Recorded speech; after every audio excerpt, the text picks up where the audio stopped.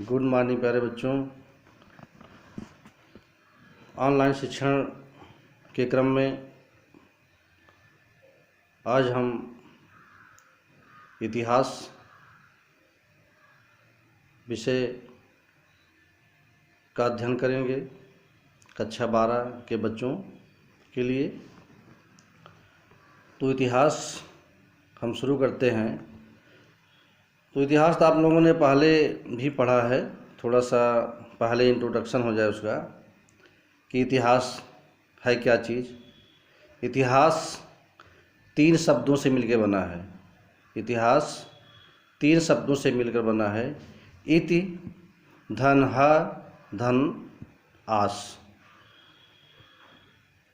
जिसका अर्थ है ऐसा निश्चित रूप से हुआ है।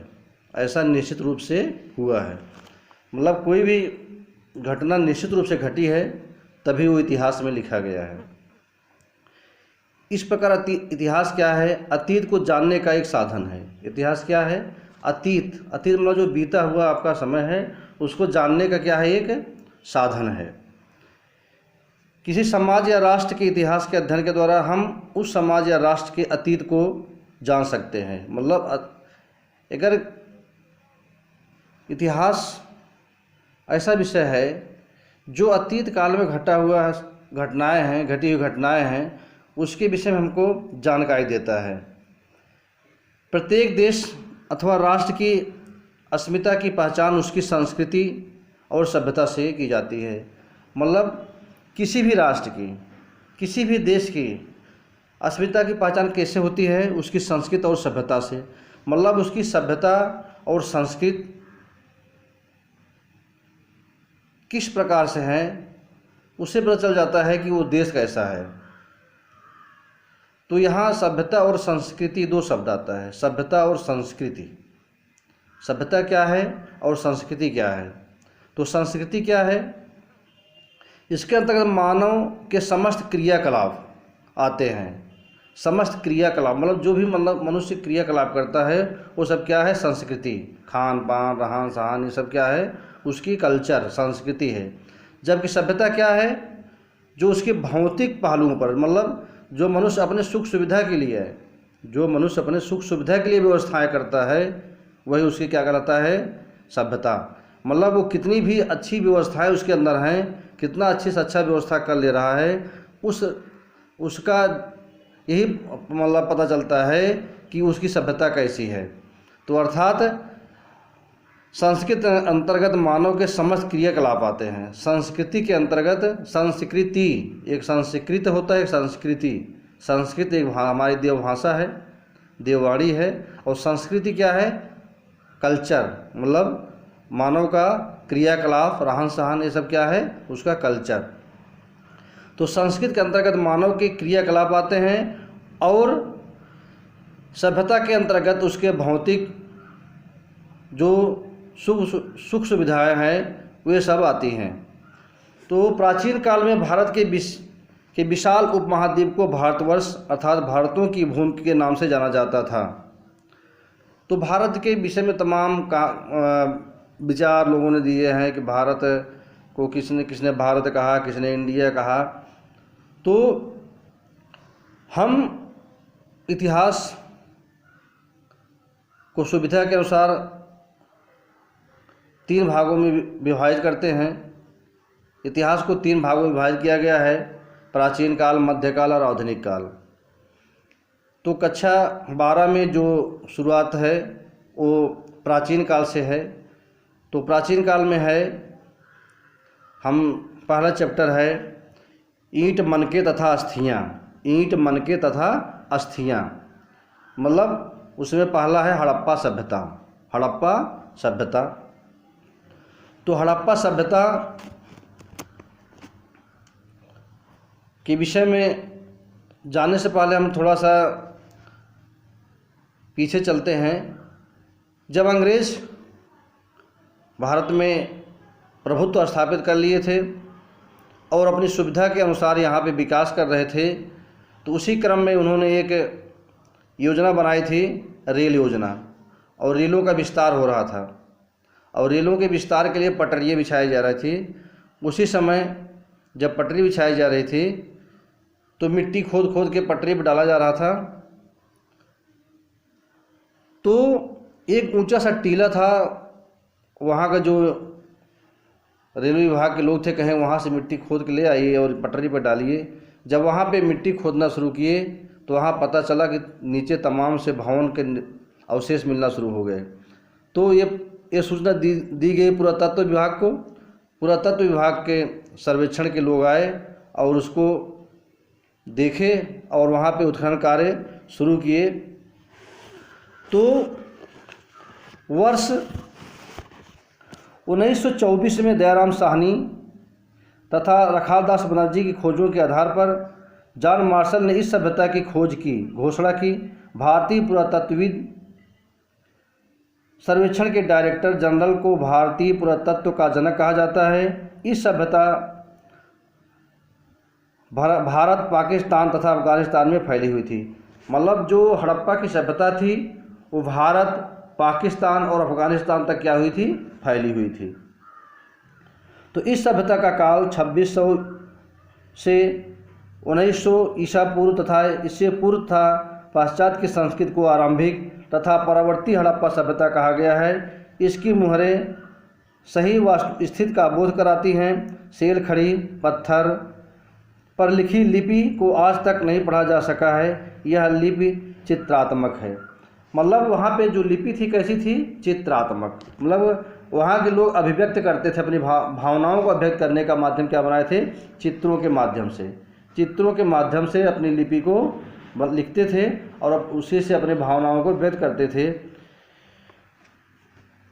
इस सभ्यता में कांस्य धातु से निर्मित वस्तु मिलने के कारण इसे कांस्य युगीन भी कहा जाता है। हड़प्पा सभ्यता के प्रमुख जो केंद्र थे कौन कौन से थे? हड़प्पा सभ्यता के जो प्रमुख केंद्र थे निम्न थे। हड़प्पा सभ्यता के पहला जो हड़प्पा स्थान था, हड़प्पा था। यहाँ की मुहरों पर एक सिंगी पशु अंकित हैं। कैसे पशु अंकित हैं? एक सिंगी पशु, मतलब जिसकी एक सींगें हैं।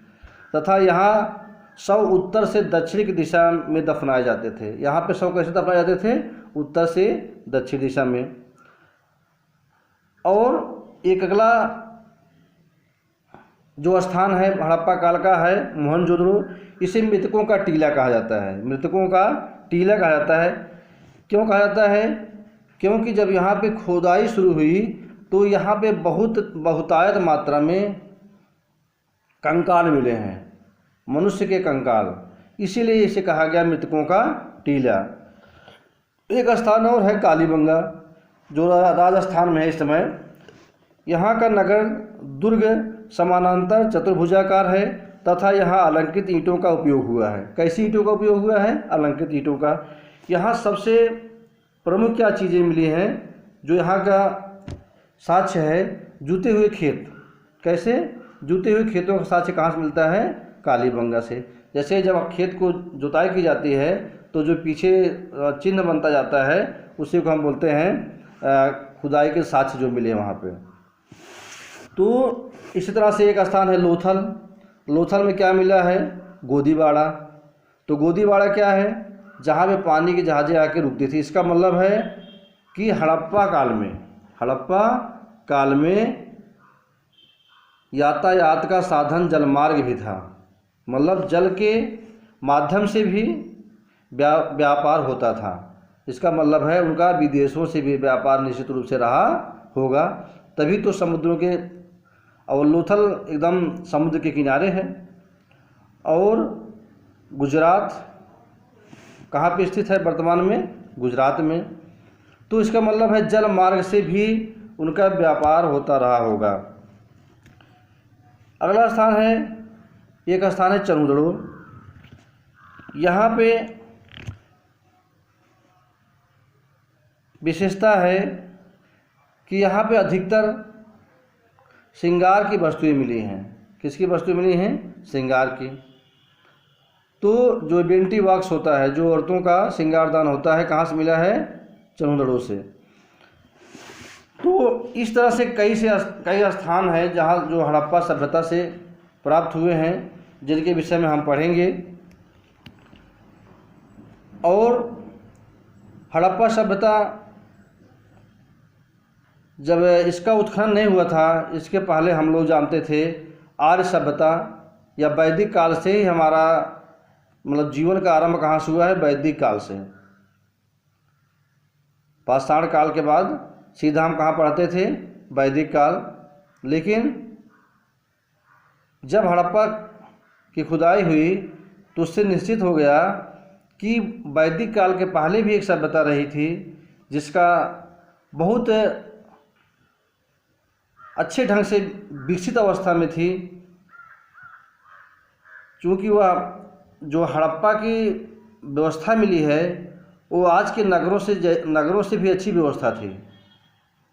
इसका मतलब है कि जो हड़प्पा सभ्यता थी वो एक पूर्ण विकसित सभ्यता थी। हड़प्पा सभ्यता की जो घरों की बनावट, सड़कों की बनावट और वहाँ के रहन सहन से पता चलता है कि एक उच्च कोटि की विकसित सभ्यता थी। तो निश्चित है कि उस सभ्यता के पतन के बाद ही उस स्थान पे, उनके स्थान पे एक नई सभ्यता का जो उदय हुआ था वो थी वैदिक सभ्यता या आर्य सभ्यता। तो हम लोग एक एक करके पढ़ते चलेंगे। तो पहला पाठ जो है हड़प्पा सभ्यता है। तो हड़प्पा सभ्यता के बारे में हम जानकारी कहाँ से अध्ययन करेंगे, उत्खनन में प्राप्त वस्तुओं के माध्यम से। जो उत्खनन में वस्तुएं मिली हैं उसी से हम अनुमान लगाते हैं, या हमारे जो वैज्ञानिक या भूतत्ववेत्ता थे उन्होंने उसी के आधार पर हड़प्पा सभ्यता के बारे में लिखा है और उसी को हम लोग अध्ययन करेंगे। तो आज हम शुरुआत किए हैं, आप लोग ध्यान से देखते रहिए। कल भी हम इसके बारे में चर्चा करेंगे।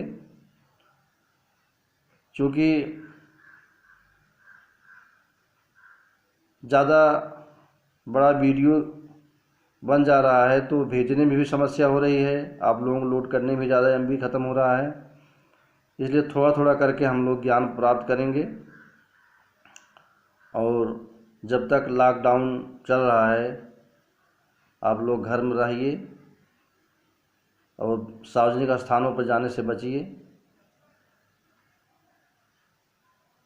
क्योंकि ये ऐसा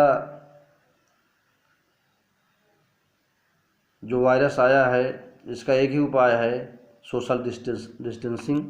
तो आप लोग सोशल डिस्टेंसिंग का पालन करिए, घर में रहिए, सुरक्षित रहिए।